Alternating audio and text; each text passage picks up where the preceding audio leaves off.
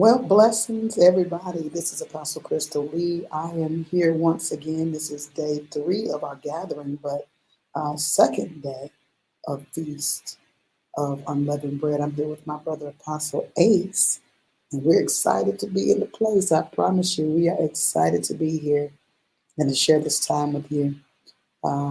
We've had a really interesting ride this year. It's been really interesting, and I am definitely looking forward to what the Father desires to say and what He wants to do with us tonight.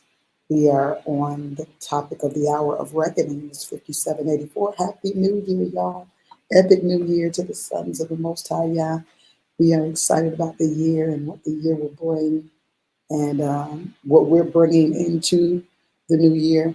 But the conversation tonight is alien invasion. This is part 2 of a conversation we began last night. And really interesting, really interesting how the Father is expanding His conversation with His sons in this season. This is not your typical heroes conversations, not your typical take the leaven out of your house, the physicality of that.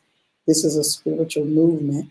And the Father desires us to understand the order of things. There's a spiritual order before there's a physical order. Everything that happens in the natural has a spiritual origin. And so we need to understand that and recognize that. And then and only then will we be able to identify with these enemies that we're being challenged with in this hour.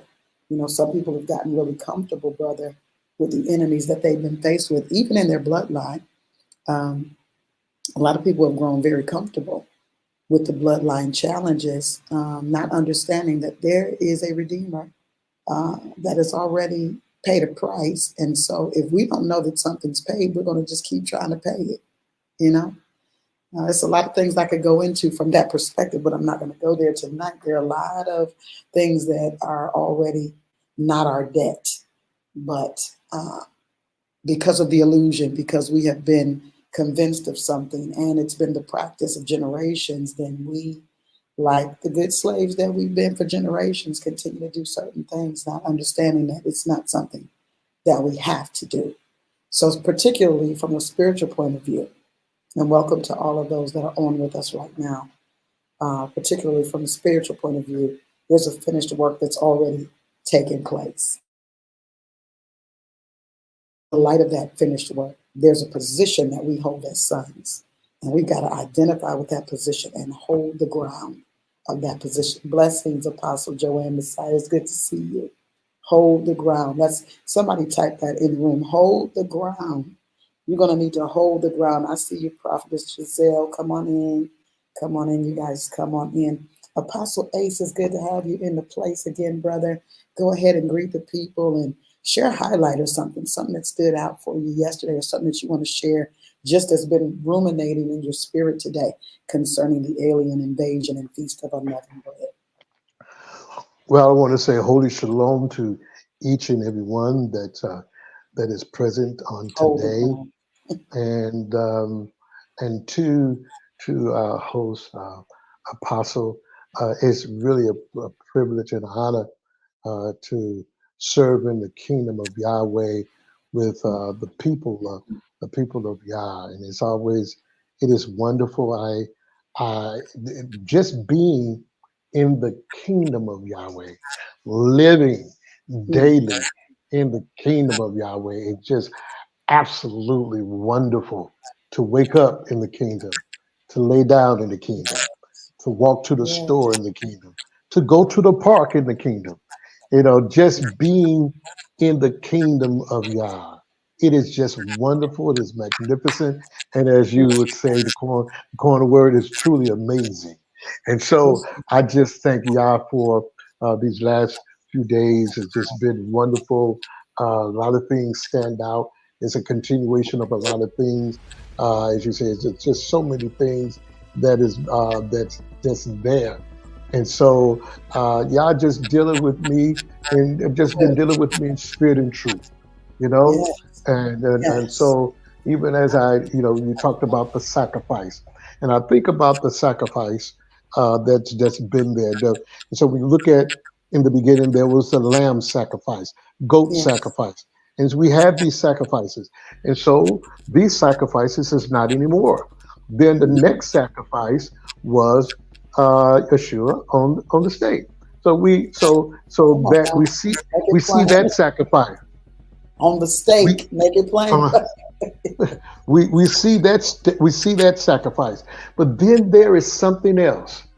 And even in Paul captured it in Romans chapter 12, verse 1. You know, I Yes. beseech you, brother, mercies of God, that you present your bodies as a living Mhm. sacrifice, holy, acceptable. So now it's interesting. We have this physical sacrifice of the lamb. Then Mhm. we have the sacrifice of Yeshua, no lamb, but the blood. That was it. But then there is a living sacrifice. Mhm. Mhm. What and so my thoughts, what does that look like? What is that living sacrifice? Who Mhm. is the living sacrifice? What Mm. does that look like? What does that sound like? Come How on. does that how is that? Do we Yes. know what Come, the physical spiritual sacrifice is? Now come all on. those things were done. Now it's a living sacrifice. Mhm. Because if we don't know about the sacrifice of the animal, or don't know about the sacrifice of Yeshua, how can we be a living sacrifice when we don't know? When we don't know.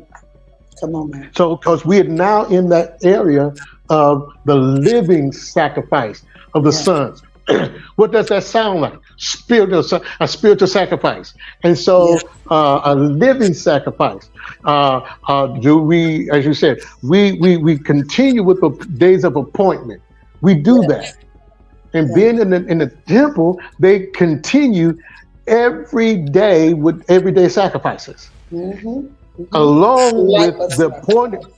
along with the feast time. Yeah. So when the feast time came up, it was double. So Mhm. that's a double portion. So we got to Come. understand what double portion is. Yes. So so are we truly missing out because Mm. we do the feast time? We do that. Come But on. then what is the living sacrifice? Have we stopped? We don't have to do nothing, Come but we on. always want a double portion, but Come don't on. understand what a double portion is. So we don't stop the regular sacrifice. That is, they didn't stop. They did the regular sacrifice. They did the prescribed sacrifice for each feast day, new moon, all those things. Mhm. And when they came up, it was a double, double. Yes. So when these appointed time comes, it's a double portion for me. That's I it. so when I understand that here I am as a living sacrifice, what is it that I got to do? How do I Mm. live holy? Come I on. need to know these things. So these things been kind of standing out in my mind, even dealing with alien invasion. Yeah. What does that look like as a living sacrifice Come on. in this time? Come on. What do we do? What are we supposed to do? Come on. That's We did. I thought about king and priest, Melchizedek, king it. and priest. What does that look like? And I Mhm. thought about what does a true worshiper look like? Come on. What does that sound like? Yeah. What position? And you mentioned on yesterday the amount of transfiguration. The Mm. priest behind the veil had a transfiguration. Mhm. What does that mean for us? When we have an alignment, do we move from we begin to be more immortal in a mortal body to do a work? That's right. And so, That's yeah, right. so that's kind of like what's been there, you That's know? awesome. That's awesome. I love that you brought up that living sacrifice because, you know, what I see that looking like, brother, is this. We had that sacrifice of the lamb, which was the stand-in until hmm the final sacrifice of the Mashiach. But we know that the life is in the blood, right? hmm So if hmm we are being translated because of our acceptance of the finished work and our desire to follow the way of the Mashiach to get to the relationship with the Father, then our bloodline changes. We talked about new creation yesterday. hmm hmm So in light of the bloodline changing, then everything changes. And I think that a lot of times people are just going through the motions of things, the Mm-hmm. motions and the emotions of things, and they're not Mm-hmm. understanding, as you're saying, they're not understanding. Because to understand means to stand under. If you're standing under something, then that means it's an authority over you. When you understand or stand under the fact that a sacrifice was made on your behalf, he died so you could live, then as a sacrifice, an alive sacrifice, one that doesn't have to give its fleshly, doesn't have to die, die a physical death, but it has to die every day, daily, to the different things that would challenge it. And I was thinking about this while I was walking. So it's funny that you've been thinking about those things. I was thinking about this because there are seasons when I don't feel like we've been taught a certain way of doing things. This is the truth. We've been taught a certain way of doing things, right? And so the Father was really talking to me today as I was walking about understanding the maturity of the relationship. How lifestyle is different than just what's the word I want to use? Lifestyle is different than just doing things, ritual style. You know what I'm saying?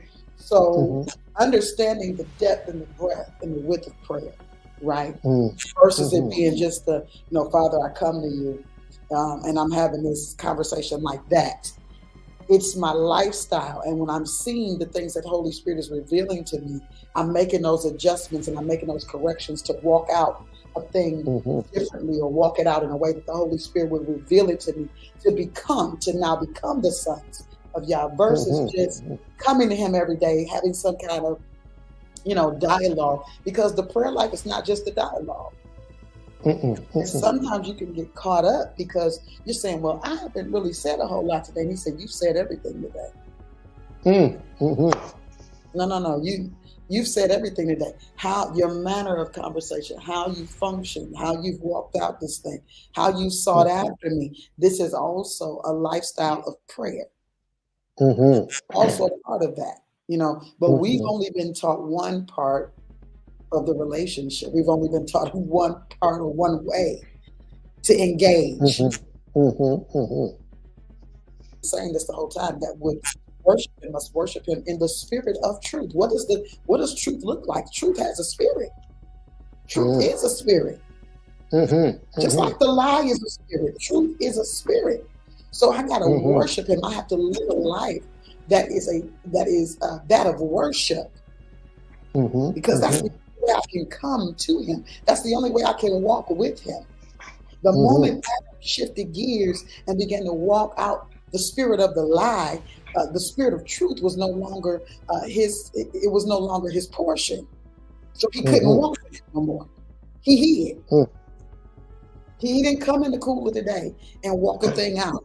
He didn't go through and understand when he's walking this thing out. Remember all the things that the Father had him doing, right? He was taking him to see the animal. Okay, come over here.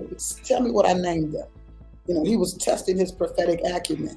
He was and showing him the things that he wanted to do. So all of that is engagement throughout the day. How we respond to what the Father is saying to us is a part of our prayer style, the prayer lifestyle. And this is the relationship. It's not always us talking.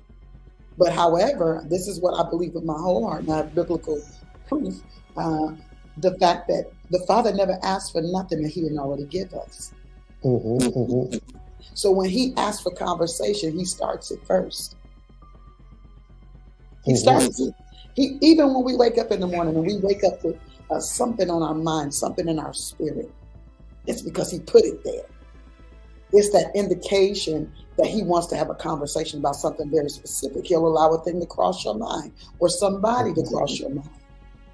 That's him starting the conversation by way of his spirit. We know not what we ought to pray, but the Spirit himself makes intercession for us and also gives us what we should pray. Remember when the Master said, listen, I both say and speak. That means in the moment I'm saying something, but my continual conversation, my continual speech is based on what I hear the Father saying. Mm-hmm. And so when we're doing it this way, we're going to be taken in some directions that are not common. We're going to be taken in some directions that are going to challenge the psyche of the religious mafia.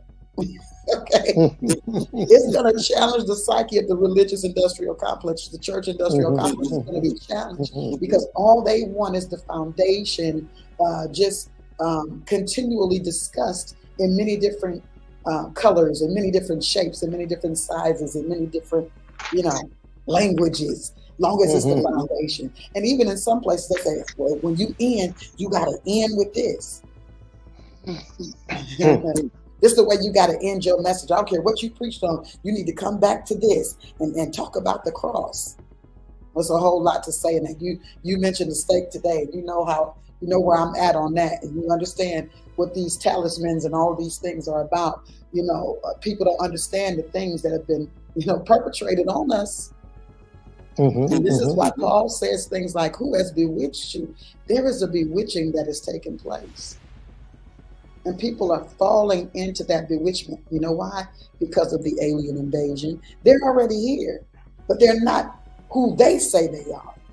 They are actually demonic entities that have invaded the space, and hell is enlarging itself daily. Not only that, but there are opportunities for things to be unlocked and opened in this season. This is the age of the opening. That's where we are. We're in the age of the opening. Okay, and things are being unlocked and being opened. This is a two-sided coin. The blessing of YAH is being unlocked and opened for the sons. We're going out of this space where we're just having the conversation and we're becoming the manifestation of the conversation that was had. But the conversation had to be had first because the conversation was related to our faith and what we believed about what the Father was saying. Were we going to be faithful to have the discussion, to talk about what he's talking about, so that we would become the very embodiment of what he had declared? And this is where we are. It's two things, so many things I want to talk to you guys about now. Wherever we land tonight, wherever we land this divine craft tonight is where it's going to land on this alien invasion, I believe. But it's two conversations that the Father wanted me to open this up with. The first one is in Hebrews. Chapter 1. I believe it's verse 14. This looks like it's wrong. I believe it's 14. Let me put a 1 in front of this. There we go. Let's do that. Because I believe it's 1:14. Y'all correct me if I'm wrong. Hebrews 1:14. I want to start here, and then I've got another verse I want to go to after this. We'll put it up on the screen. Stop playing. It's acting like it don't want to do what I need it to do. Okay, never mind. There we go. All right. Save. Boom. Hebrews 1:14. This is a position that we have to understand. And as we understand this position and some of the other conversations that we're going to have this evening, then we're going to better understand the alien invasion. We're going to better understand what took place. Okay? Hebrews 1:14 says, "Aren't the angels ministering spirits sent to serve those who will inherit salvation?" What does this say to us? That your angelic agencies are spirits that minister to the sons. They minister to the people that the Father has chosen. They are sent as messengers to release what the divine message of YAH is to the sons. So when we talk about people like the Watchers, when we talk about those, the spirits such as the Watchers, these angelic agencies that lost their former state, we got to look at the order of some things just briefly, because sometimes we have a comic book version of what took place, or some kind of Hollywood version of what took place, right?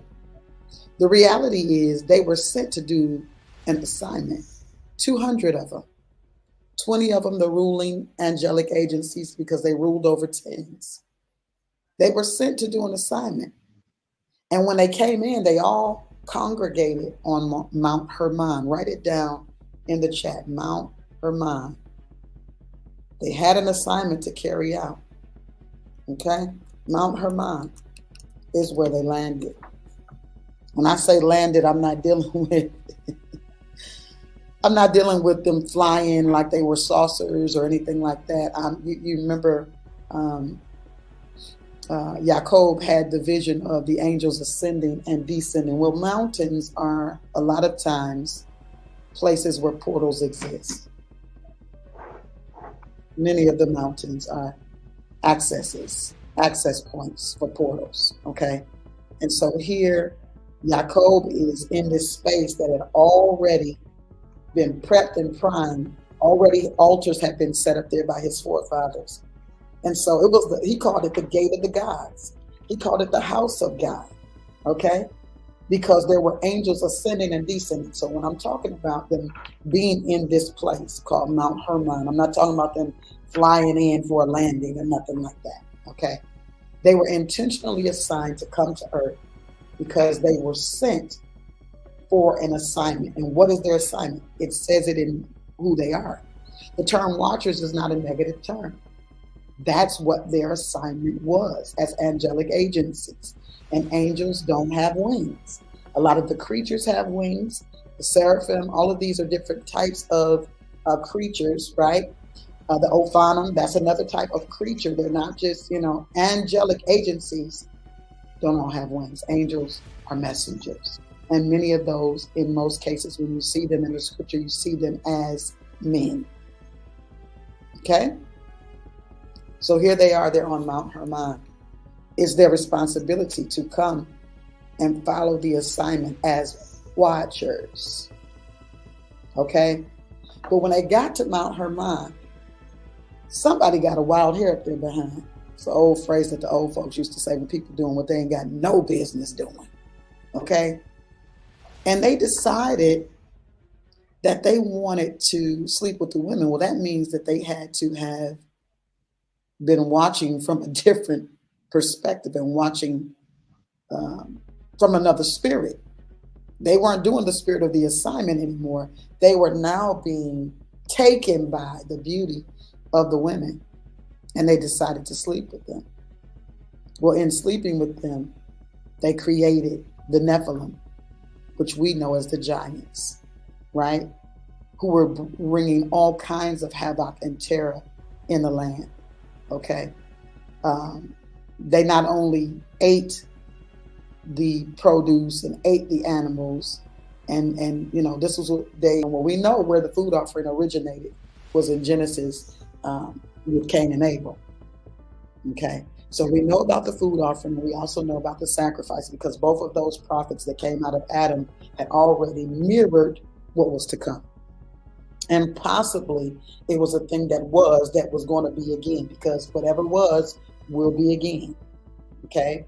And so here they are. This is that whole initiation. I asked the Father this the other day and I was thinking about it. I said, this is wild because, all of these different gods, you see Buddha, you see all of these different gods that people put this food before, right? And this is a direct knockoff of what the Father had instituted for his children, because he set up a thing that they had to follow, and in their obedience, that was the proof that they were his sons, that they were his children, because they were able to follow the instructions. So we got all of these other cultures now doing this thing with the food offering. Even that now, we know about Molech. He's on here between the flies. Okay. He's on here. But then they begin to offer their children even as a sacrifice, as a food offering. So they took it a lot further than what the Father had originally designed and desired for them to do. But what his desire was for them to give him the first of everything so that they would understand. See, they understood the value of their crops. They understood the value of their animals. They understood the value of agriculture. So to say, I'm going to give the first of what I give and the best of what I give to the Father says that I trust him, that everything else is going to be well. I'm going to give him the first fruit. I'm going to give him the best of everything I got right now, because I'm not worried about whether the crops are going to grow, whether the animals are going to bear. Because he watches over this land, because he's who he is to us, we're going to continually have what we need. right? So here we are. And these angelic agencies, these watchers, decided that they wanted to do something different. I believe that this was a part of the beginnings of this whole falling away piece for the angelic agencies and the third of the angels, all of that stuff. I believe that those things were a culmination of events, because even when we look in the garden, we see this first Nakash, right? We see this Nakash in the garden who is representing something other than what the Father said. He seems to be having a conversation with them. And this is what we're looking at in the way of this whole alien invasion conversation and all of the things, the planets and all of these different things that people have in the way of dialogue that they're having in an open space that they are trying to perpetrate on the minds of the people, right? Down to people like Elon Musk, where we going to Mars, right? And then you got leaders who are jumping on the bandwagon. Well, I'm gonna do this and I'm gonna do that, and I want to do some of that, and I want, not understanding. I asked the Holy Spirit just flat out. I said, "What is he talking about?" Because my identity of what he's saying is completely different, and I'm going to share some of those things with you tonight. My identity of those things is only based on what the Scripture has said and what ancient texts have discussed and validated that the Scripture has said about the cosmos. He said the sun, moon, and the stars. Now, where did planets come from? Where's this conversation about planets? What is all of this new stuff? Because people have, they have upgraded the way that they worship.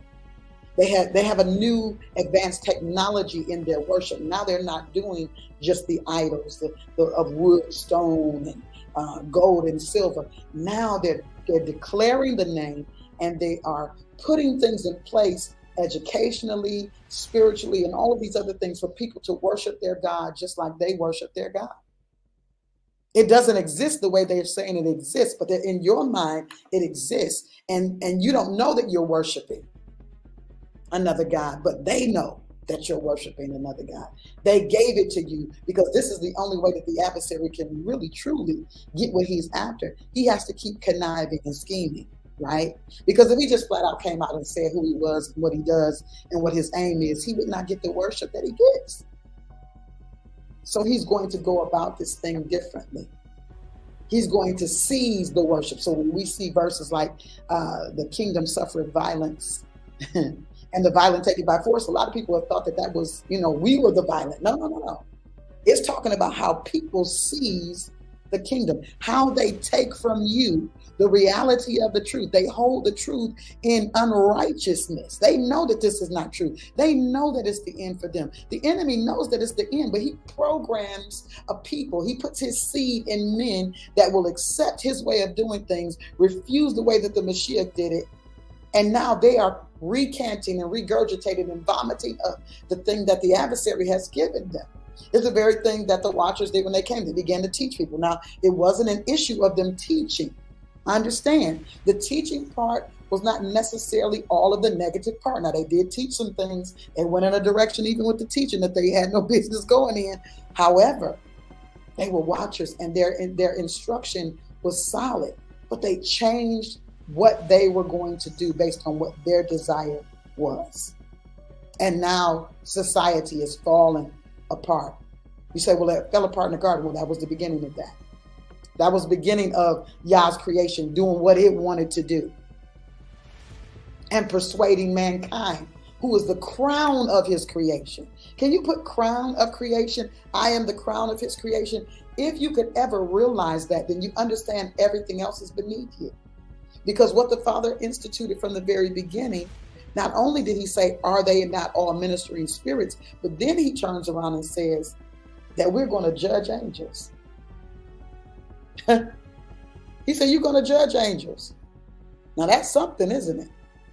Because what we read when we say he made us a little lower than the angels, that word there is not angelos. It's not that word. This is Elohim. And so once we understand that Psalm 82:1, where Yah sits in the council, he sits as the God of the council of gods. When you understand that, then you understand that you've not been made lower than angels. You've been made a little lower than Elohim. So let me give you an example of that. You remember when Joseph came into Egypt, and the Pharaoh, he wound up in the palace, right? After all that he had processed through, was because the process is the path to the palace, okay? Can't negate the process. He gets to the palace. It's his hour. We were talking about appointed times, and we were talking about set times yesterday. It was the set time of his arrival at the place of promise. He gets there and he goes through all of the processes that the king desired. He's getting the clarity about who he is and what his position is. He's made viceroy. He's second in command to the king. But the king says something to him that I say often because I want us to really identify with and understand who we really are in the earth. He says this to Joseph. He says, only in my throne am I greater than you. This is the idea and the concept of YAH concerning the sons of YAH in the earth. He says, only in my throne am I greater than you, but I've given you a responsibility. And guess what? This responsibility is to have dominion. And it's something that he does, and it's the order that he does it in. We were talking about the waters yesterday. It's the order that he does it in. He says, have dominion over the earth. And I want you to understand that all of the earth in a minute is connected to one thing. He said, have dominion over the earth. Then he says, first, have dominion over the fish of the sea. So he deals with the water first, which is over 70% of the earth, right? And we're over 70% water. Have dominion over the waters first. That would include everything in the water, including water spirits. Anything alien that's in the earth that's trying to operate, okay? Then he says the fowl of the air. That would include anything that comes through the airspace, that comes with an agenda. This is why the conversation in the New Testament says, casting down imaginations and every high thing that exalts itself against the knowledge of Yah. Bring it into captivity, every thought to the obedience. It has to align with the obedience of the Mashiach. It has to align with the obedience of appointment. That word Christ simply means appointment. And when you look at what they're doing in the place that they're calling Jerusalem, I say these things intentionally. There's a gate there that they call the Golden Gate that, is supposed to open up when the Mashiach returns. It's the gate that he's supposed to come through. And they're opening the gate already because they're preparing the way for their Christ. They're preparing the way for the son of perdition. There are many antichrists. We're not waiting on antichrist, anti-appointments. Everything about what's happened up until now is against the appointment of the Mashiach and against the appointment of the sons. You understand? The invasion has already taken place, and only the sons that are able to hear and to follow the appointment of Yah at those, on Sabbaths and on these appointed times are going to be the ones that are hearing. Everything else is under the delusion of darkness in some way, shape, or form. And this is what the adversary does. It don't have to be complete and total darkness. All he needs is shadows. We talked about shadows the other day. All he needs is shadows. And all he needs is a mixture. Brother, come on, say something. Well. Well. Y'all see how we act. This is how we act on the phone, too. Oh, I'm sorry.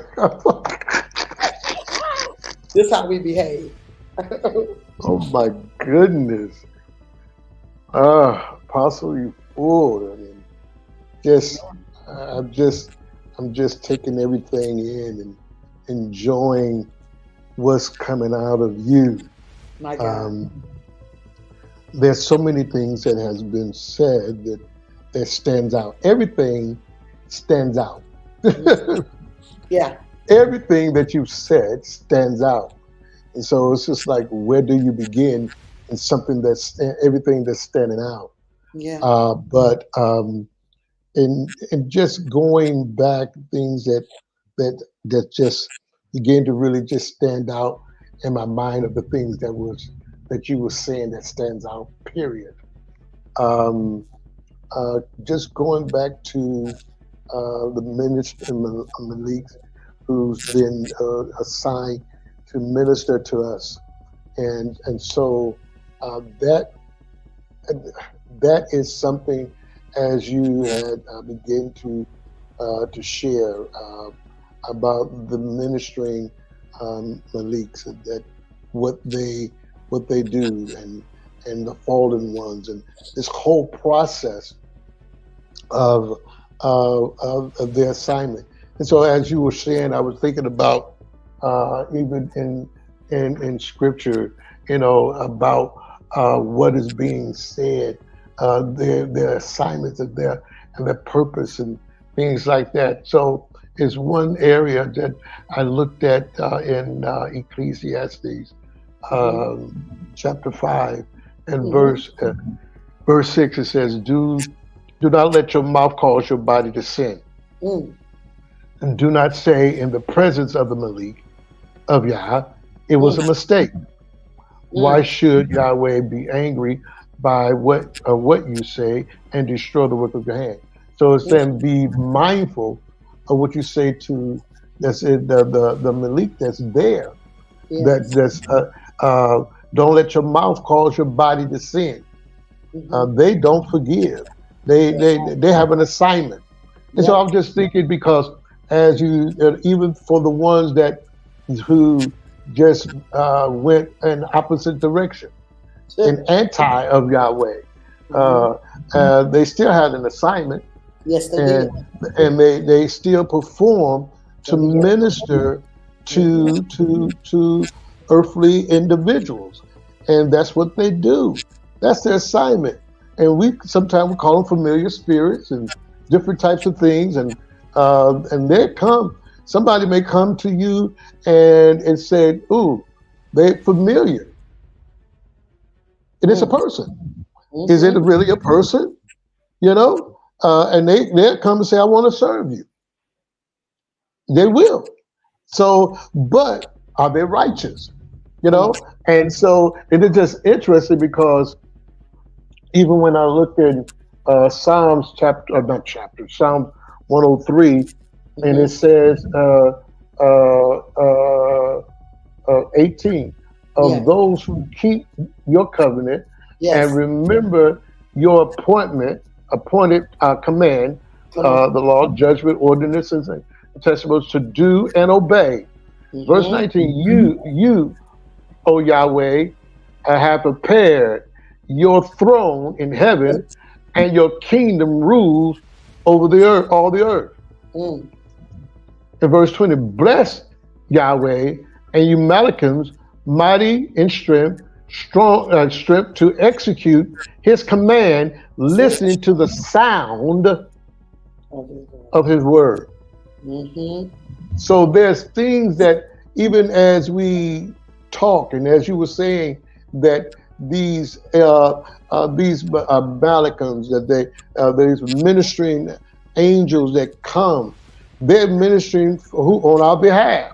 They're ministering on our behalf, and yet how we respond, and when we speak to where they're at, and it's just interesting.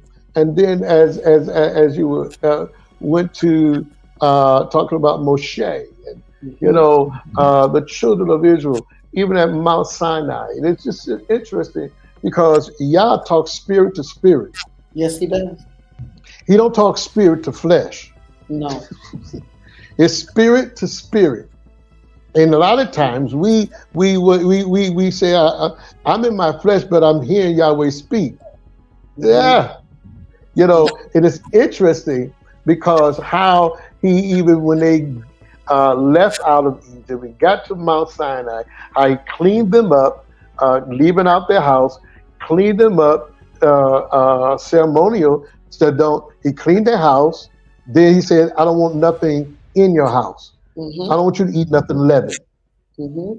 So I'm going to clean your resident before you leave, and I'm going to clean the resident where I want to be at." And so cleaned up everything. And so they got to Mount Sinai.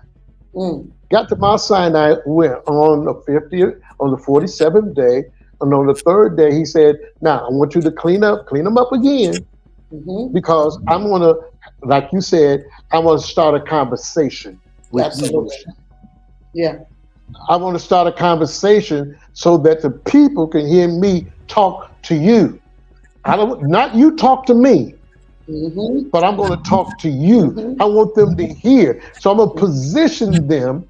I'm going to position them in a position that they're going to hear something. They're going to hear me like they never heard before. Oh, believe me, they did. And so, because now he cleaned them up, set them up to come to the foothills of the mountain. And he says, okay, now at my command, the priests, they can come at a certain point, but the people cannot come past this point. So we're looking at how the temple is constructed. The veil, Yahweh coming down on the mercy seat, the mountain. Then there is the holy place where the priests at. Then there was a courtyard where the people was at. He says, now I'm going to show you, they're going to hear something and they're going to believe that I am who I am. And so they, the sounding of the shofar and all of a sudden they seen the smoke and the fire and all this stuff, the thunder. But they didn't see a person. They heard righteousness. Like you said, they heard righteousness, spiritual righteousness in a conversation that he had with Moshe. So the people can hear that I can talk to you face to face. Oh, was it physical face to face? No, it was spirit to spirit. Spirit to spirit. And some people may call it as they talk, they talk today and, telepathically talking to one another without moving the mouth. He said, I'm going to talk to you face to face. And face to face with him was hear you, who you are of me. And I'm going to talk to you because I'm spirit. And I'm going to talk to you as a spirit being. That's it. And it's interesting how he began to communicate and put them in a position to understand about alien invasion. Absolutely. Because he said to them, he said, yeah, you're my priest and you're my holy nation. What does that look like today? You see, so I'm making absolutely. So it goes into the area that we got to recognize. See, because if we don't recognize the alien invasion of things that are taking place, then like we were headed in the direction of the garden. And it's so interesting that what you were saying, on the seventh day is holy, and now here's this garden. Because the sixth day was messed up. The sixth day of creation, but he gave them laws. He gave them instruction. But now he said, now it's going to be better. You can still have a ruler, you have rulership and all these things in authority. Now on the sixth day, he said, on the seventh day, which is holy, that doesn't have it even in the morning, he says, now this is what's going to take place. He said, out of all the trees you can eat from, you can eat everything in this garden, but from the tree of knowledge of righteousness and evil. Because if you do this, you're dealing with who you are. You're going to die. And as you stated, not die physically, but now you've moved out of a place because it's so see that middle section, that mixture, it is so deceiving. So deceiving. And we find ourselves, it becomes so lukewarm, it becomes so comfortable. And I like it here. I like it this place so I can get comfortable. But all at the same time, it goes into what you were saying about the table. There's a table of demons, and there's a table of Yahweh. That's it. What are we eating from?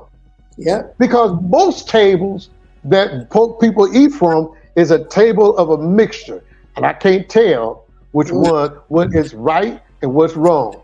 Mm-hmm.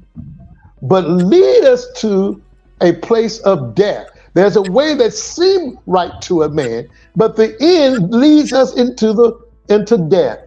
Yes. Because we don't see it.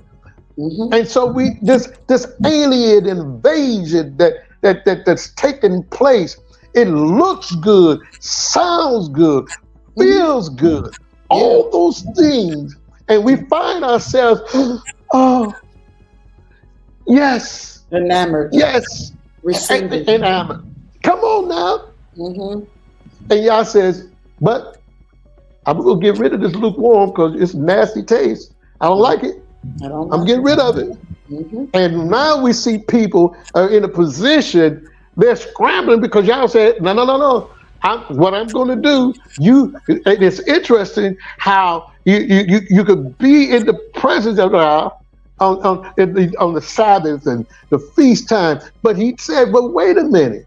You're there, but if you eat anything leavened, I'm going to separate you from the congregation. Mm-hmm. And many people are sitting in congregations right now, but I'm doing this. This okay. I could do it. But y'all would say, well, you still separated me. Separate because of the little leaven. That's another message. Saying, no, that's another message. You see what I'm saying? Yeah, that's another doctrine. That leaven's another doctrine. Absolutely. And a little leaven leavens the whole lump. Absolutely. Because you don't understand, this is spiritual. Because you got to get rid of, you got to be purged. Got to be purged to be a new lump. There it is. So many people, so as you said, many people, we're doing this, and yet we see the Hebrews, the Christian Hebrews, Israelites, and all like that. We're going to do this, and we're going to and what have you. And y'all say, you know what? You got leaven in you. Yeah. Well, here's his leaven. Isn't that the reason why he told Israel at the close of the relationship, I hate your feast. He didn't say my feast no more. Right. He didn't say that. He didn't say I hate my feast. He said I hate your feasts. And I hate your sacrifices. And I hate all the things that you're doing that I instituted, but you're doing this becomes your thing. It's not mine. And so now we have a mixture. And folks just we want to do the Moedines. We want to do Sabbath. We want to do the feast day. And yet we want to do Christmas. We want to do Easter and all like this and carrying on. It's really? And you think you're okay? It's not okay. You're dying. It's death. Yeah. You're dying. It's a silent And death. so now I can control you because you double-minded. Yep. You're schizoid. You're a bipolar. Yes. And that's because and it shows. I look at some of the posts that these leaders put up, and I'd be like, what is going on? I mean, it's so schizophrenic. It's schizophrenic. I don't even have another word for it. It's absolutely schizophrenic. And you got all these voices, and you don't even know the voice of Yah. Don't even know his voice. And the people are following this. And now when the things are coming unraveled and undone, right? And now people are, I don't believe this and I don't believe that. Oh no, it's going to be undone. And when it's undone, what will you follow? Because you could follow with something that was important to men. You never saw what was important to Yah. This is why you only went to the mega church. Because anything less than the mega church was beneath you. You weren't concerned about authentic voices. You weren't concerned about a Moshe that could get you across the Red Sea. You wasn't concerned about a Moshe that could get Pharaoh off your back. You was cool with Pharaoh as long as we got trinkets and beads. Long as we could get a position. Long as we could do this, anything that feels good to my flesh, long as we could do anything that feels good to my flesh, I can remain a slave under those conditions. Not understanding you've been invaded. Paul talked about those that crept in unawares. Come on now, come on. Turning the grace of YAH into lasciviousness. Turning what YAH had designed for mankind into some kind of foolishness, some kind of flesh fest.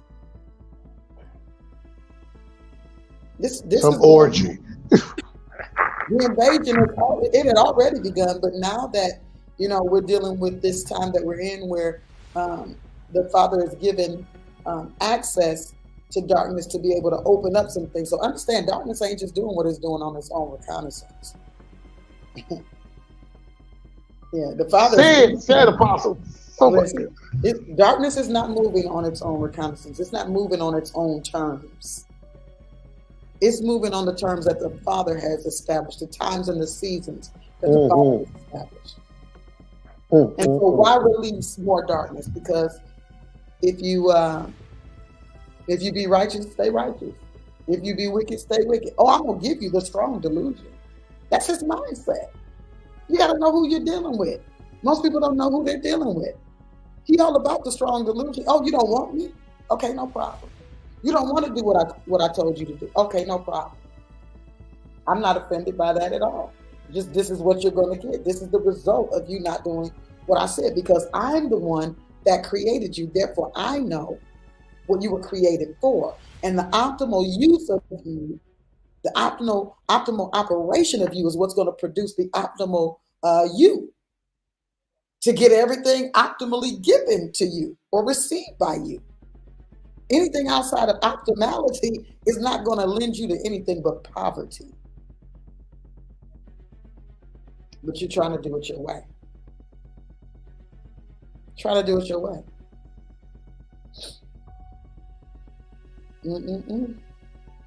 The invasion. Yes.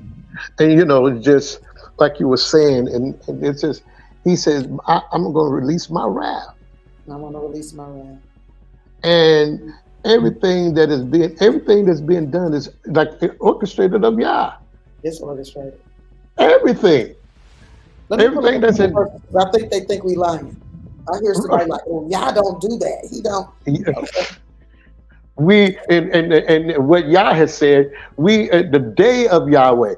Do we understand the day of Yahweh is a Sabbath? He said, this is my time.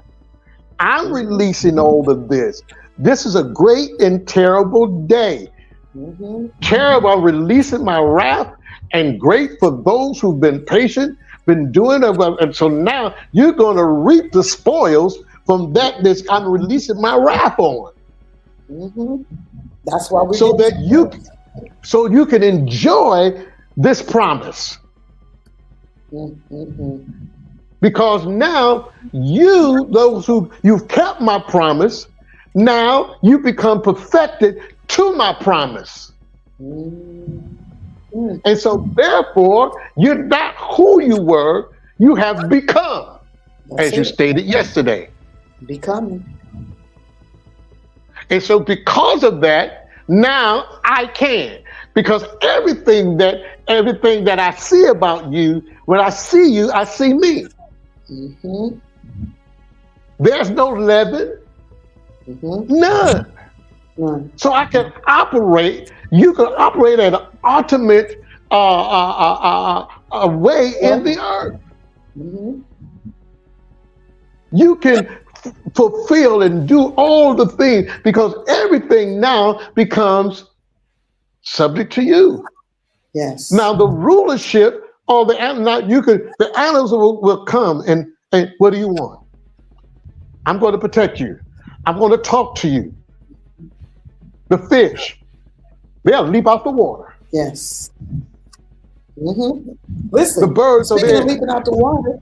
Wait now. Speaking of leaping out the water, didn't we see that instance with the Mashiach 2 times specifically?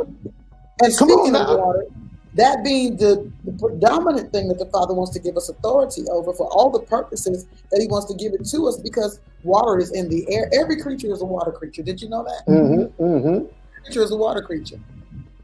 Because he separated the waters from the water. So there's waters above us and waters up underneath us. Absolutely. So every creature is a water creature. So the first thing he said was have dominion over the waters. Right? We saw that several times with the Mashiach, him walking on the water. Then we see him commanding the fish instead of trying to catch them. Then we see him sending Peter down to the water to get the fish that comes up. He's going to have the coin. Oh, you're going somewhere, Apostle. Because so what are we called to do? Well, we're not worried about the alien invasion. We have to talk about it because we got to understand our enemy. We got, anybody that's going through any kind of combat, any kind of contest, they study their opponent. Have you studied your opponent? Have you studied the opponent of your bloodline? You see? Because if you have not studied the opponent of your bloodline and you don't know the things that are prevalent in the bloodline, then you don't know the things to tell the adversary to knock it off. Because when you realize that you've been redeemed from the curse of the law, it has to stop right here. It stops right here. You can't go no further. Because you know what you know. You don't have to keep claiming the blood. He's redeemed us from the curse of the law because he was made a curse for us. If you don't know the word that you need to say to your adversary to make him knock it off, to make him back up off your bloodline, then you're going to continue in the same cycle. And everybody's going to keep coming to the altar, and you're going to keep laying hands on the same people, and you're going to keep going through the motions, talking about the blood. That ain't got nothing to do with anything if you don't directly say to this enemy what was given to you to prove to him that you're not his prey. But as long as you think you are prey, you're going to be invaded. As long as you believe you are prey, you're going to be invaded by all of the different industrial complexes. They're going to continue to invade you. Their ideas, with their concepts. This was a struggle for me in school because it was something in me that was not in agreement with a lot of stuff that was being discussed. I'm just going to tell you the truth. And when I got to the higher grades, it was really a struggle. I like Greek mythology. And I told you, I couldn't understand why I like Greek mythology like that, because I was being trained to understand the gods. I was being trained. I didn't know that that's what that was. But a lot of that stuff, I was like, this is foolishness.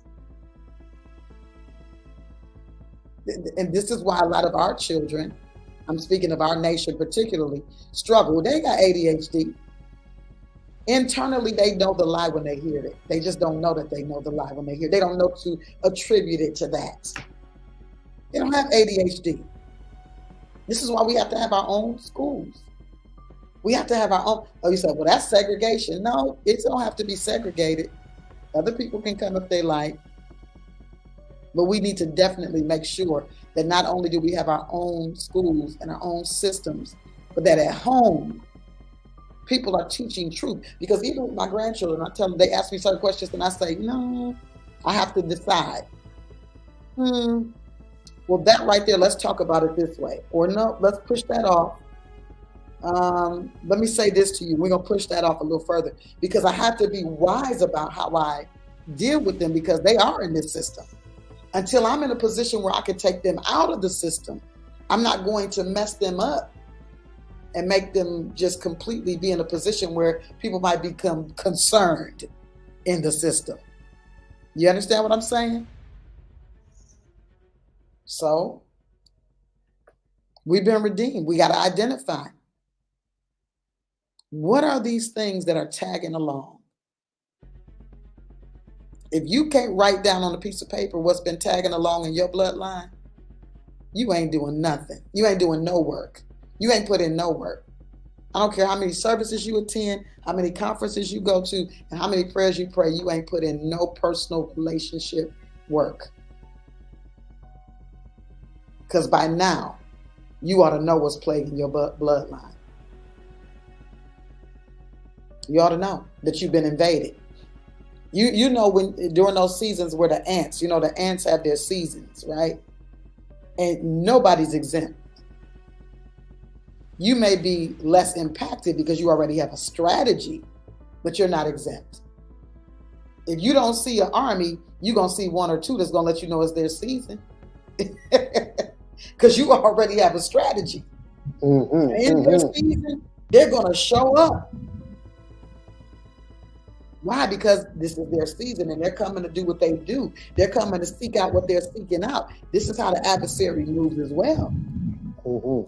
He has particular times and seasons, just like the Father has particular times and seasons. And because we're ignorant of Yah's times and seasons, we're not prepared for our adversary's times and seasons. We've been set up for invasion.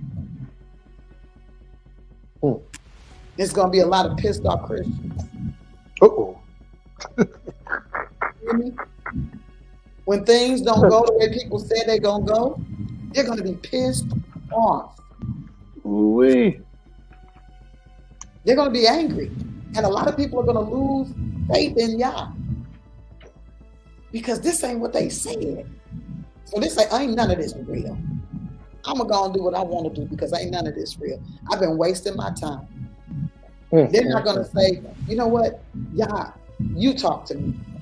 I want to have a personal relationship with you. They're going to act just like the children of Israel at that mountain. You know what, Moshe, you talk to him for us, and you bring back to us what he said, and we're going to tell you what we want you to tell him.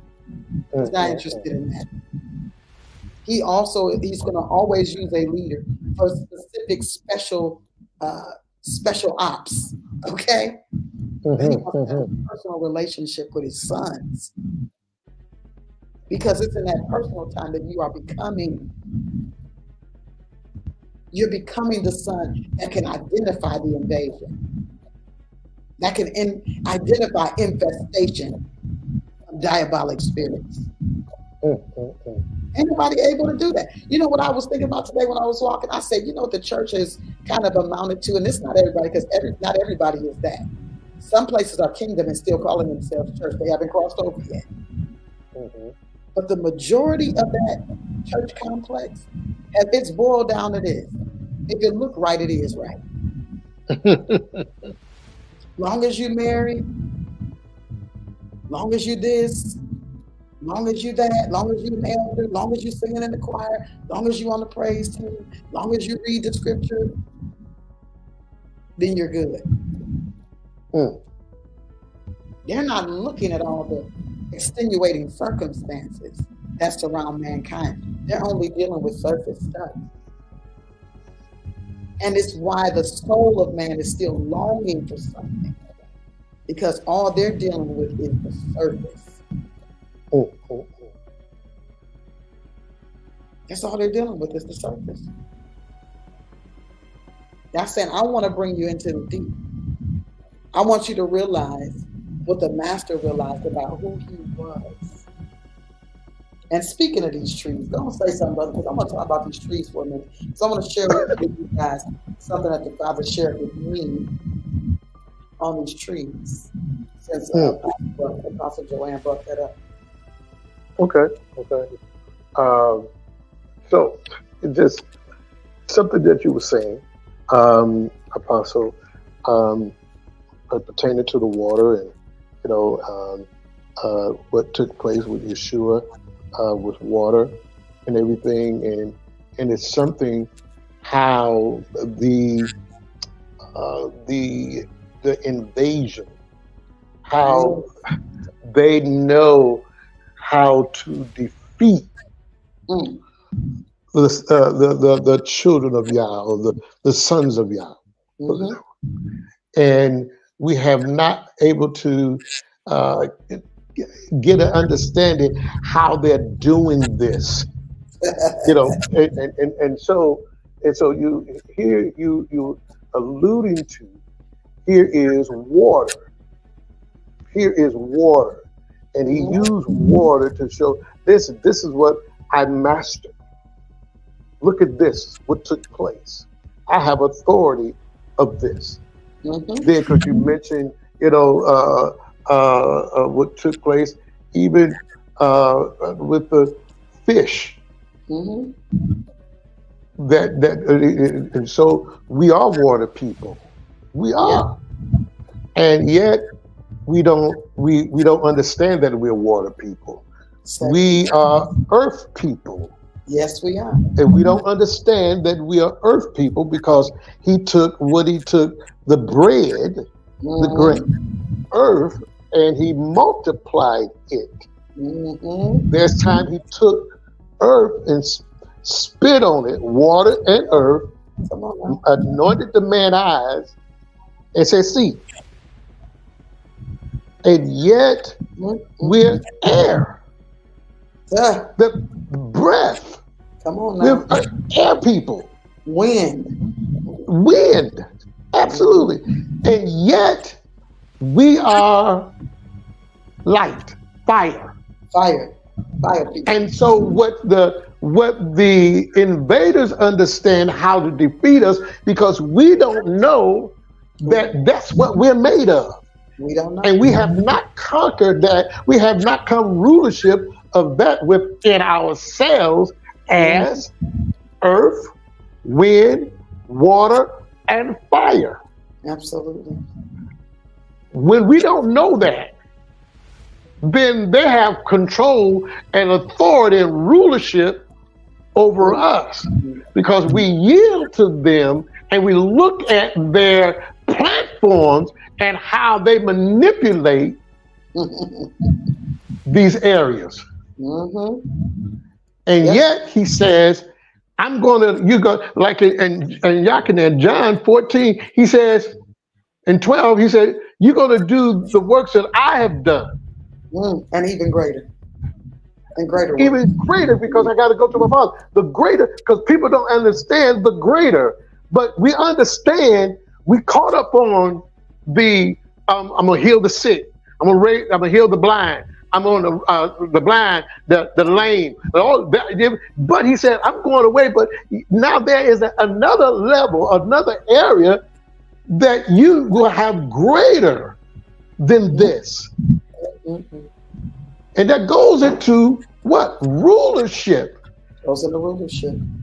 If we can't understand how to master this within us, then we're going to be controlled by those who know who we are. Because understand, you listen to the invaders and alien invaders. They understand what you're made of. Doctors know. The medical field, they all know who you are. The sorcerers, they know what you're made up of. But we have no master because we yield to them. This is what and he gives us what to do in order to have rulership over us. He said, love your neighbor as you love yourself. Well, we just don't know ourselves. All right, sir. Oh my. Wow. That's a level of mastery that is so necessary. So necessary. And many people don't understand the necessity of that level of mastery. I was walking today and just kind of talking to the Father, and he began to talk to me about the garden. I kind of shared a little bit about the garden. And we can assume, we surmise based on the conversation that Adam was dealing with the fallen one. We know what his instruction was. His instruction was to dress and keep the garden. That means to protect and cultivate the garden, right? And I want to present a perspective. Just present a perspective. And I read something after YAH and I had this conversation, and it kind of solidified something for me. Let me present another perspective. And then we're going to move to the watchers again too, because they have something to do with this conversation.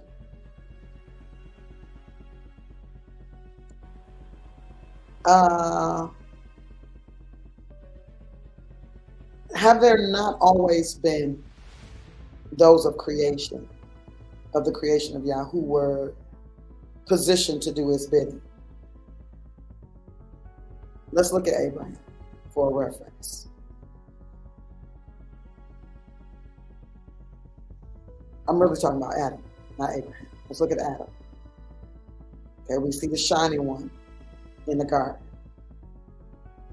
And when I read we're talking about these trees, right? It's funny to me that this shining one, who was one filled with information, intended to give information, was so concerned about that tree. He didn't talk about nothing else. He didn't say anything else about anything but that tree. Which kind of led me to think about something. Was he supposed to be kind of like a lord of that position? We know that Adam was the type of God of that situation, but was he actually the tree? Because when I look in Enoch and I'm hearing the conversation about the watchers and what they process through, we know that their fathers, the fallen ones, the watchers, the fallen ones, I'm getting ready to talk about the Nephilim. We know that the watchers were condemned. We know that that was it for them. They pled with Enoch and they did all that. And it's something that you mentioned about how not to be destroyed by the aliens, how not to be destroyed by these people. But it was something in the sons of that age, and we know what it was. It was their obedience. It was their relationship with Yah that kept them from being destroyed. While everybody else was being eaten, while everybody else was being destroyed and compromised on the level of their DNA. So this is not new technology, right? While everybody else was being consumed, Enoch wasn't consumed. He was such a person of interest that even not only did the watchers come to have a conversation with him, but their children came to have a conversation with him to see if he could clear them. I told you, that's why I read that we were going to judge angels. That's why I mentioned that, because a lot of people would not be able to identify with this or understand this without me telling you what the Bible already said. It said that they were ministering spirits, but that we were going to judge angels. And so if we're going to judge angels, then we ought to be able to judge things that pertain to this life. Everything that pertains to this life, okay? But they came to Enoch because they were having dreams. Now you got to understand, they're both earthly and ethereal. They're both earthly and supernatural. These are beings that are not just earthly beings. Of course, we know that was the Father's plan anyway, to make us spirit beings, but give us an earth body, right? So that's what makes us supernatural. And I told you guys yesterday to put in the chat what? That spiritual beings are intergalactic. They're interdimensional, right? Able to go in and out of dimensions. So here we are. Not only did the watchers come to Enoch, but their children came to Enoch, because they were having these dreams, and they were having these prophetic dreams about things that were coming. And so they were trying to figure this thing out amongst themselves. And then they decided, we just talked to Enoch. And some of them was kind of irritated about that. Like, why we had talk? What's this big deal about Enoch? But I tell you what, wasn't nobody trying to figure out how to eat Enoch or size him up. And nobody touched Noah or his children.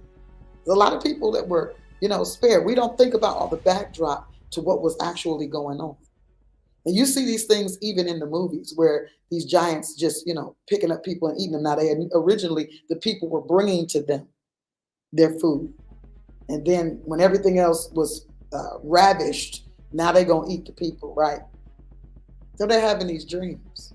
And one of the dreams that they had was of this tablet, and it had 3 or 4 names on it. I think it had 3 names on it, maybe 4. But Noah was on that. Noah, Shem, Ham, and Japheth. These were the people that were going to survive the flood that the other ones were having this dream about. They were dreaming of being destroyed, and they wanted to be cleared. But they said something about this one dream that they had. They said something about these trees in the garden. And this is what Noah and his sons were deemed. It was 3 of them, because they said there were roots left in the garden. Everything else had been burned up, but there were still 3 roots. And they were those sons of Yah, the roots. They couldn't be wiped out. And so it made me think about this, Nakash, and it made me think about how the library houses all of this information. And there are people that are made responsible to protect the information. It made me think about classified information and documents and top secret stuff, and how people are made to be the authority over that information and to keep that information. And it made me think about this shining one. In light of the fact that angelic agencies, not all of them, but for the most part, some of them are warring angels, some of them are, they came to bring the message of destruction for sure. But those that are coming to bring information, was he the information? Was he giving misinformation? And was the tree of life the information that was the engagement because of his conversation with Yah every day? And there was an angelic Malik there to provide the backup for everything that was being said and to give more information? I'm just throwing something out there. This is what they do. What was his? See, sometimes we're just thinking, the adversary is just doing something. No, it's strategic. He has a strategy. He's not just out here wilding. He's looking for opportunity, and he's looking at things that are not moving according to the law. So that tells us a lot about some of the things that were taking place in the garden when these shifts begin to happen. Because understand, by the time the woman showed up, that adversary wasn't saying anything to him before then. But all of a sudden, now that the woman shows up, there's a new law. There's something else that's coming into play. And now he's going to challenge the authority of Yah based on this new law that's going on, based on this new thing. Do you really know what the Father is doing? You're not familiar with this. So let me kind of talk to you and convince you of something because it's unfamiliar to you, which is why we have to study. Because when we hear a thing, we got to keep digging and digging and digging. Why? Because we're seeking him. We're seeking out a thing so that we'll hold a position. It doesn't matter. I can read all kinds of stuff. It doesn't matter what I read. You know what it always does? It reinforces my belief system in Yah.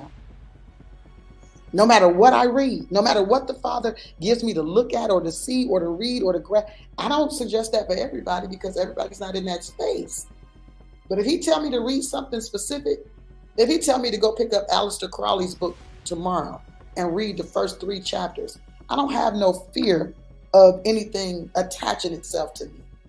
I don't have a fear of being lost in my faith because my faith is not based on what I was really given from the beginning in the industrial complex. My faith is based on my relationship with Yah according to his word. That's been very firm for too many years for something to now come and switch that up. But we are growing in this grace and in the knowledge of who Yah is. It's the only way we're going to hold a position in these times that are going to perplex people, that are going to confuse the masses. The only way we're going to have a sure footing is because we understand and we are sure of who our God is and who we are in him. It's the only way. What do you think about this, brother? I threw it out there because I know I got a lot of leaders on here.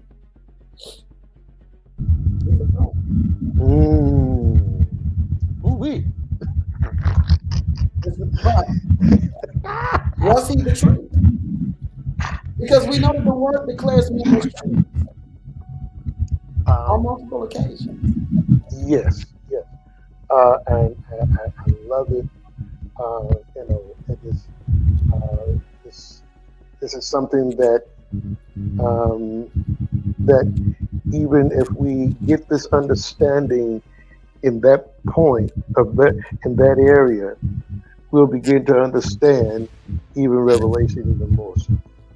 Say that again, brother. You're going in. To understand, to begin to understand that whole process, and from day one of creation to the sixth day of creation to the garden on the holy day. Yes. Then we will understand revelation, the spirit to all of this. And it's just interesting because, as I alluded to earlier, that here, because we're looking at the sixth day of creation. The sixth day of creation was a created man. And what Yah did to that man, which we now know became Adam as a formed man. Created, and formed. And what took place when the end of an age came on the sixth day of creation, and what he did for the man and put him in the garden on the seventh day. On the seventh day. Yes. So these two individuals were one of the same, but one he changed the DNA, the look, and then he changed the mindset, because the created man had a problem with sin. With sin. Now coming to the day of holiness, the holy day, the seventh day, then he said, I took him and informed him, made him right, gave him a right mind, changed him, and then put him in the garden that I've already placed. So here is something that's interesting, because now he's giving him commands. Your phone is going out. You sound far away, brother. Come on. Oh, how was that? Nope. Uh-oh. Okay. How was that? Oh, that's better.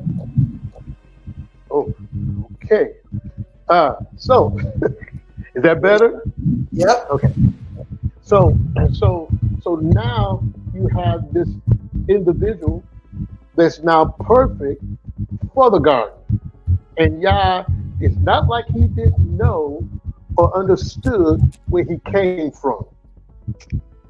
Yeah. And so he said, you can eat from all the trees except this one. Because now there in the midst, there's the book of life, the tree of life, and the tree of mixture.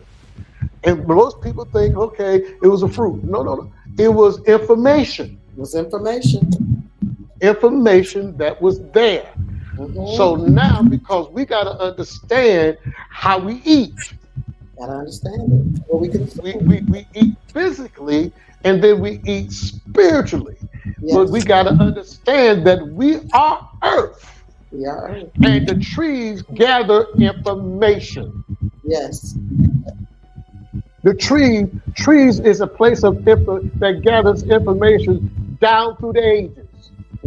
They can look at a tree today and tell you, here's this tree, they got all this information that this tree. So now he says, don't eat from this tree, because you have knowledge of where you came from. And so if you eat this, and with my truth, what's going to take place? Yeah. Here is my truth right here. And so he said, but don't eat from that, because if you do, you're going to die. You're going to die. So at this point, the female was not there. Where was she at? She was a part of him, inside of him.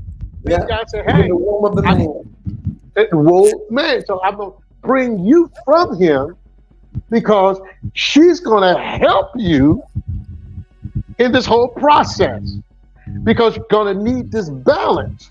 But the enemy says, it's an invasion, the alien invasion. I'm not coming after him, but I want him, but I'm going to come to her first.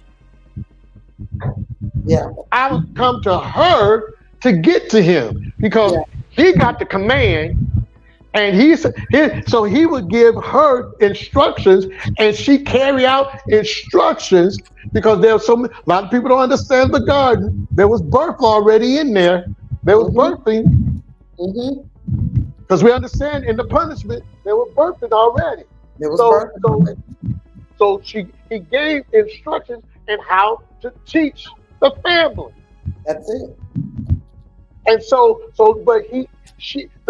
the adversary, the alien that came after her to get to him, because when a female sin, it's the lust of the flesh, the lust of the eye, and the pride of life. That's instant. That's the lust. But when the man sin, he sins to the third and fourth generations.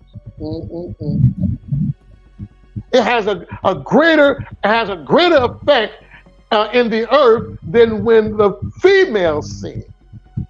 So now, so here's this thing. He said, don't eat from this, because if you do, you're going to die. So what? Because a tree, it has to have pure. If it's a mixture, then the very roots of it will die, and you will die. But here is purity, and as long as it's pure, you're not going to die. And it's interesting that we are a plant. We are a plant. We look like trees on the inside. Absolutely. Yeah. And so when he described on the fourth day, the third day, all the rivers and of the Euphrates and all like that, what did he describe? All that was in us. All that was in man. Everything. So when we don't eat, when we don't drink pure, we dehydrate. Hair fall out, get dry skin, all kinds of stuff happens because we're a plant. So spiritually, what information are we getting? Is it being are we dehydrated? Or what we got, is it bringing life? So they're the roots in the garden. The very foundation is still there, bringing us back to that. Yep. Because it's been protected. Yeah. But anyway, that's my thoughts. He said that you notice that one of the biggest things with him and one of the biggest things with the Mashiach was this doctrine, this teaching, this knowledge, what we know. What we know. The knowing. And that was from the beginning. That knowing. What is the knowing? What do you know? What do you know? When the Mashiach dealt with the reality of the age he was living in, he was at the foot of Mount Hermon in Caesarea. He knew who he was. So he made some declarations at the foot of that mountain. Upon this rock, on this fact that you know who I am, I'm going to build something on that. I'm going to build a body of believers. I'm going to build the ecclesia out of that fact. And he said, the gates of Hades won't prevail against it. But anything that's not within the confines of that ecclesia, that is built upon that fact that he is the appointment.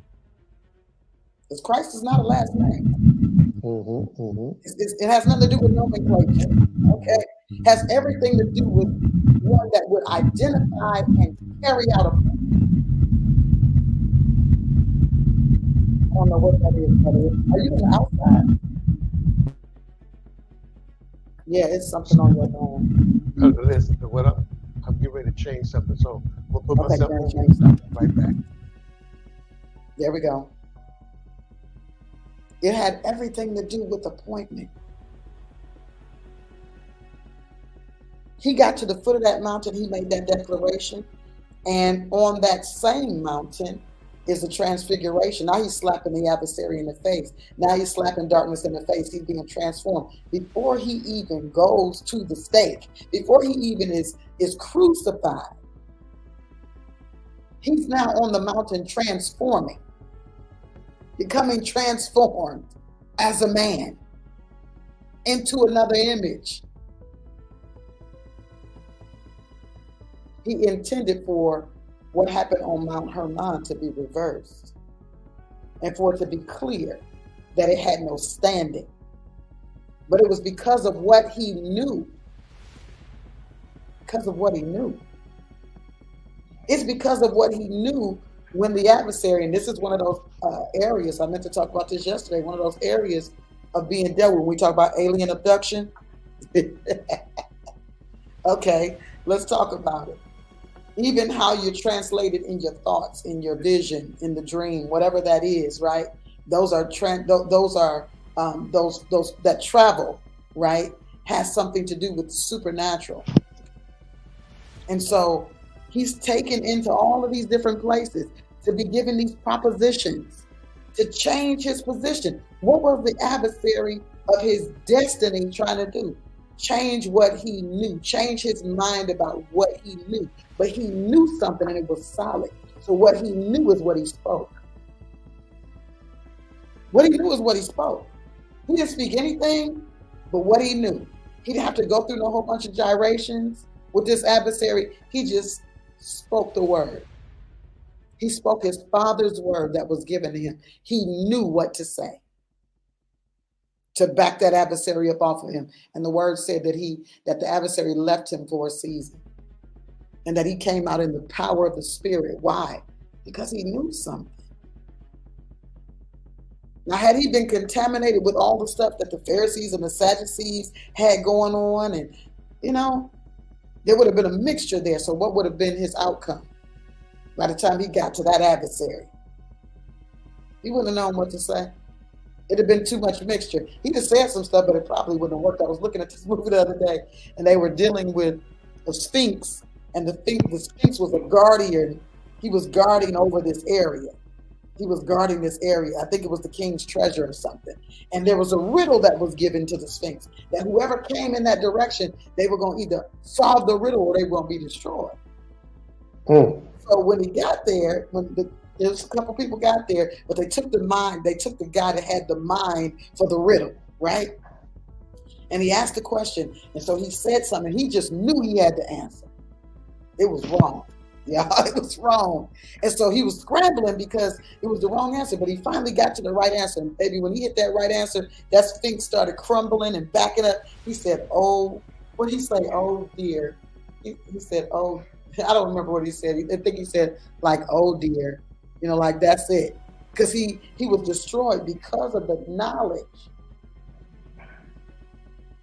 that he had to solve the riddle. So there was no more protection in that dark place. That was where the treasure was hidden. It was in dark places. The Bible talks about hidden treasures in dark places, but you got to understand the riddle. You got to understand the mystery. You got to be able to understand what it is you need to say to get to the treasure. And we're like, well, God playing games. No, he's not. You got to grow in this grace. You got to mature. You got to become a master of some things. Why are we okay with becoming masters in all kinds of sports and all kinds of things? But when it comes to spiritual things, we don't want to become masters of nothing. We just feel like we are entitled. No, what you're entitled to is the inheritance. And what that inheritance requires is that you become. People put in their wills and different things and in their trust, they say, well, when they hit 30, if they are doing this, that, and the other, then give it to them. If they're on drugs and trying to buy fast cars and trying to squander it on women, don't give them nothing, because that ain't what this inheritance is for.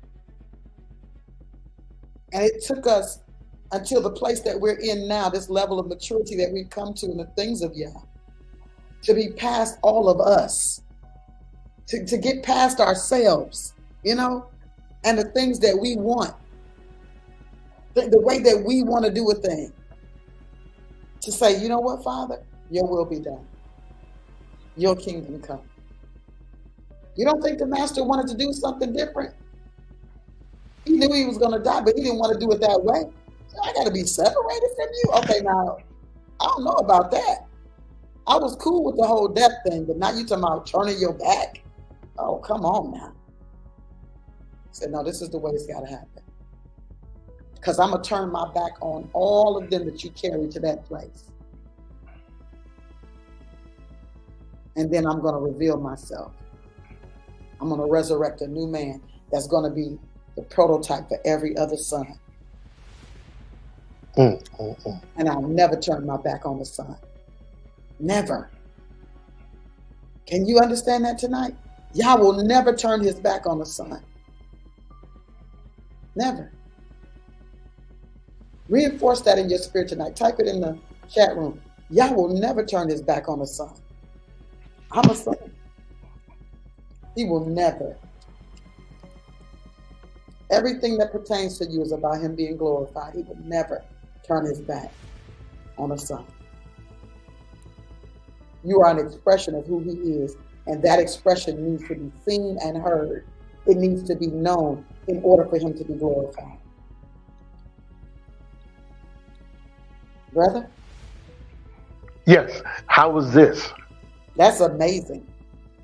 Yeah, it was a lesson learned in that. I had some earbuds that there was a wire that broke, and there was an alien invasion. An invasion. A disconnect. Yeah. And it was causing things to happen, disruption. And so, but I'm like, oh my goodness. I'm learning lessons. We learn lessons sons learn lessons from everything. Absolutely. And so I just thought about, as you were saying, about knowing. And so it is interesting how Yah has set things up. And so we go from believing faith to knowing faith. That's it. And how the enemy keeps us at a position of believing faith so that we would not mature to come to knowing faith. Because when we come to knowing faith, we mature. Because just a thought.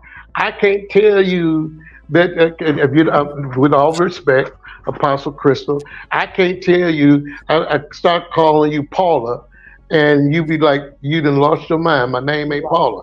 I know who I am. I said, no, your name Paula.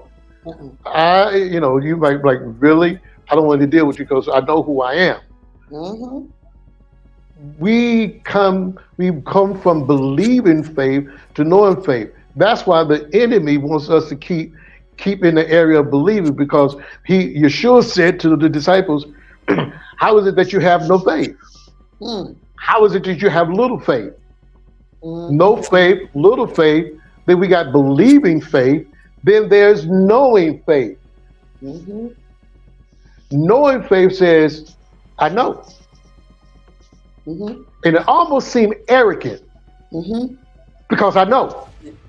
Yep. And because there are so many people want to bring you to a level of no faith or little faith.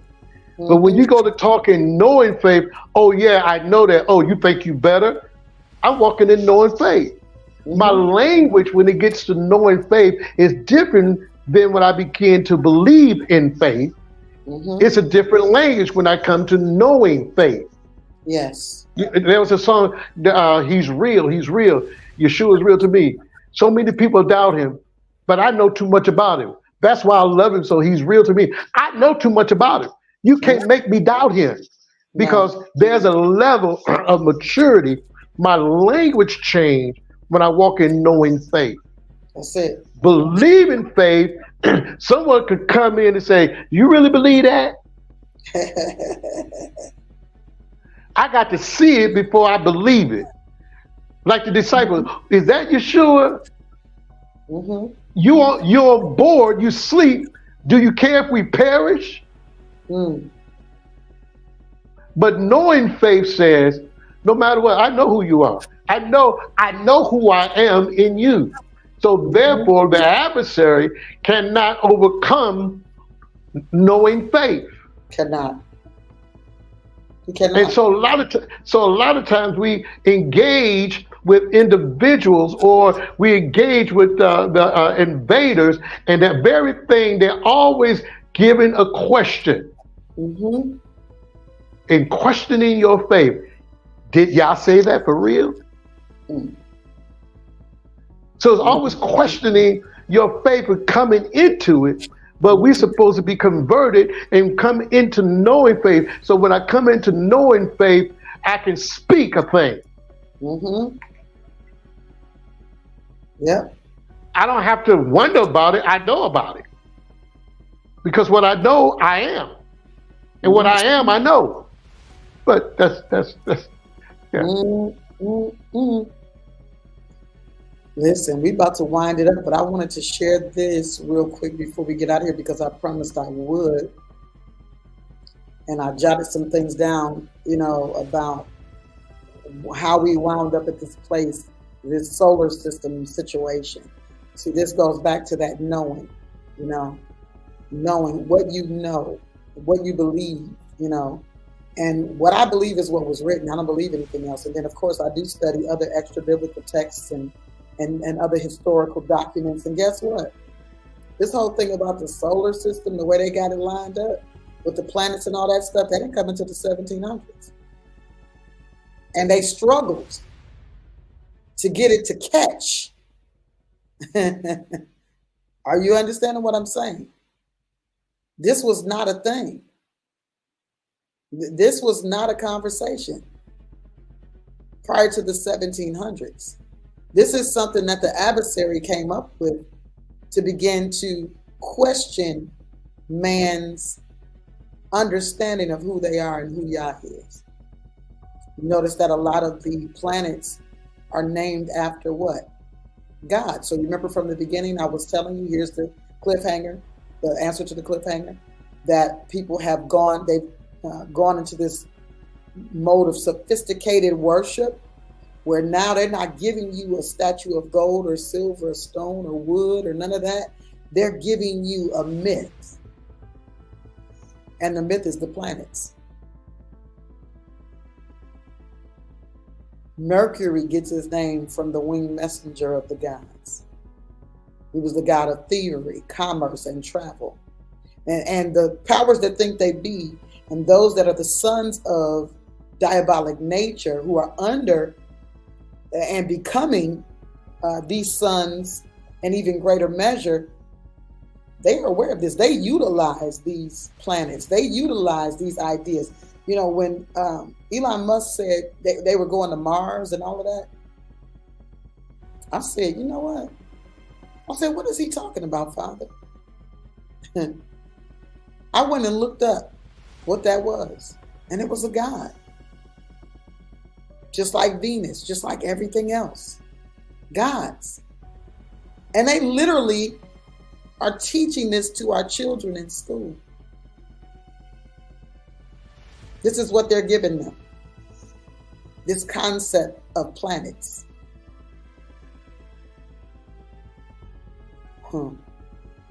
That thousands of years ago, that wasn't the conversation. They understood celestial bodies. Because even when you look at the Magi, they were looking at stars. They weren't looking at planets.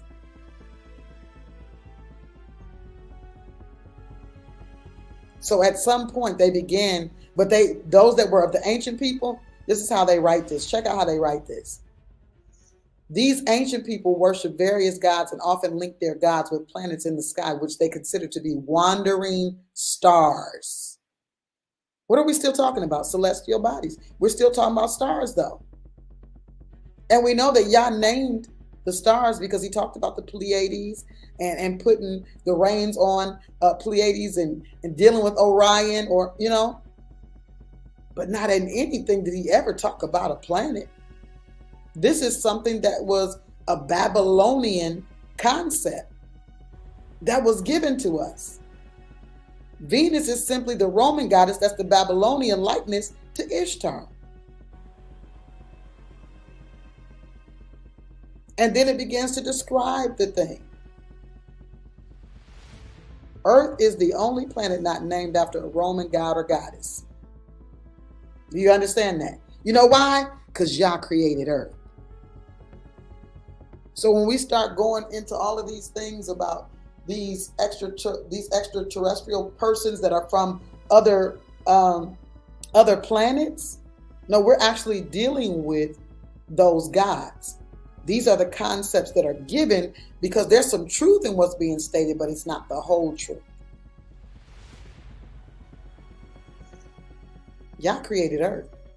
It's absolutely the only thing that they call a planet. Earth is just Earth. Earth is not a planet. But it's the only thing that they call a planet that's not named after any god or goddess. Mars is named after the Roman god of war. And red is the color of that. I mean, that's just common sense. Blood is red, right? Saturn named after the Roman god of agriculture and harvest. Go look at it. These things are newfound principles that have been given. So when they say they went to the moon, they might be talking about Thoth. Just depends on what god they're serving at that time. But a lot of times they're dealing with the Egyptian gods. And check out who Thoth is. He's the god of the moon, of reckoning, of learning, and of writing.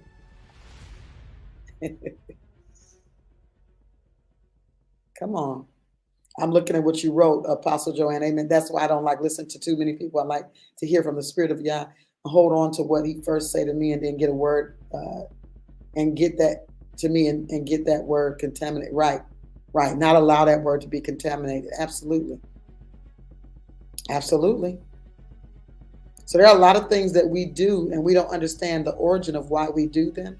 And they're connected to worship. This is why one of the things that the Father said to the children of Israel when they were going into the land of promise, and understand they were going in. He said, don't serve me like they serve their gods. Don't serve me like they serve their gods. Don't bring that to me. Yeah, the two don't mix. They don't go together. Okay? It's a lot more I would love to talk to y'all about.